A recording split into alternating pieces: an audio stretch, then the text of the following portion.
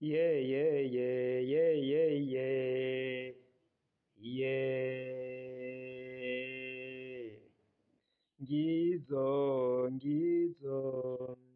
Ngizo za ntamirirwa ntizone nyabuna. Yeah, yeah, yeah, yeah, yeah, yeah, yeah.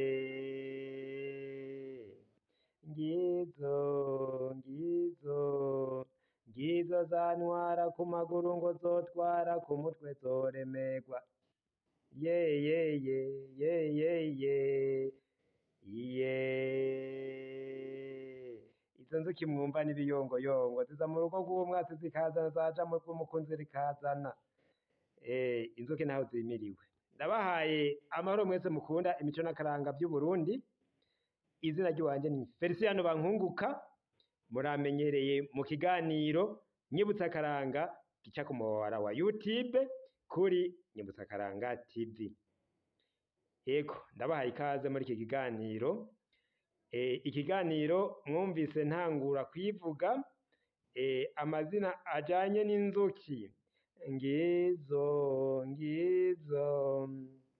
Ngizo za ntamirirwa ntizone nyabuna.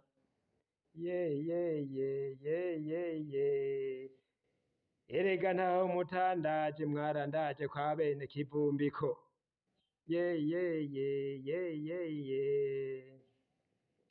Uyu munsi rero tugira turabe ahantu inzuki zishobora kudaha zikaronka ubuki umuvumbi yahora avugira amazina. Akivuga amazina ko ari umuntu ahambaye, inzuki zadahahe. Reka mbanze ndabereke ahantu hamwe hatangaje hari abantu, hari ibisuma, ariko inzuki zozo zikaza kuhadaha. Inzuki zidaha ariho hose. Aho hantu reka mubanze muharabe hanyuma tubandanye.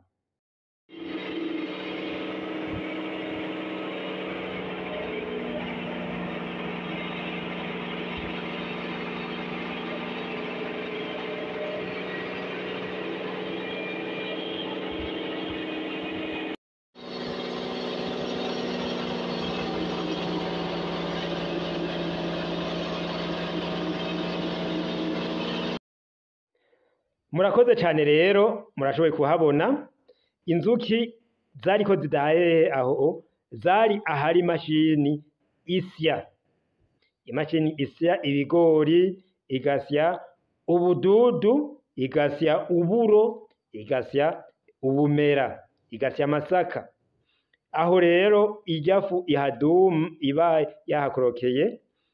Urabona yuko inzuki ziza kudaha atabwoba. Inzuki rero ziradaha ahantu hari imashini, ahantu ushobora gusanga hari ifu. Nuko ikindi inzuki ziradaha mu mashugwe. Ikindi inzuki zikenera kandi zirakenera n'amazi. Nuko rero mwese mukunda imico n'akaranga by'Uburundi, twagira tubereke hamwe muri henshi inzuki zishobora kuza kudaha.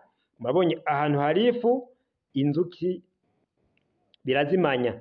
Inzuki iraharondera cyane. Naho haba hari abantu bangana iki, uruki ruraza rukadwebera ahantu mpaka rukaza kudaha. Urabona ko inzuki zari nyinshi mu kudaha aho hantu. Nuko rero mukaca mwibuka rero yuko ubuki cari ikinyobwa gihambaye mu buzima bw'Abarundi bw'aho hambere, bukaba bwari n'umuti, bwaravura ingwara zitari nke. Maze kikaba cyari n'ikinyobwa c'umwami. Hari n'abitwa abakura, nk'uko umupfasoni Regina Ngendankazi w'imyaka 105 yashoboye kuduha ico kiganiro yabitubwiye.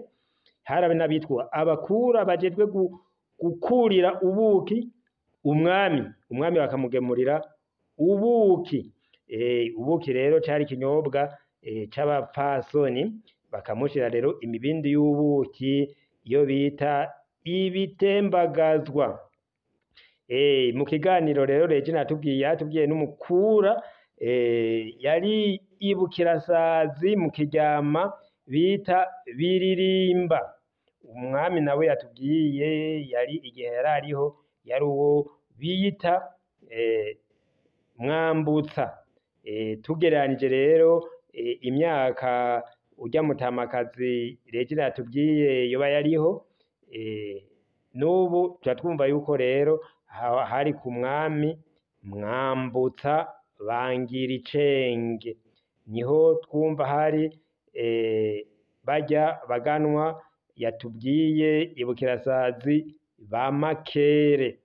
Nuko rero mwese mukunda imico n'akaranga vy'Uburundi, reka ndabasezere mvuga nti tugire amahoro, tuzosubira mu bindi biganiro vyo hanyuma, mugire aho muba mwubahwe, murakoze.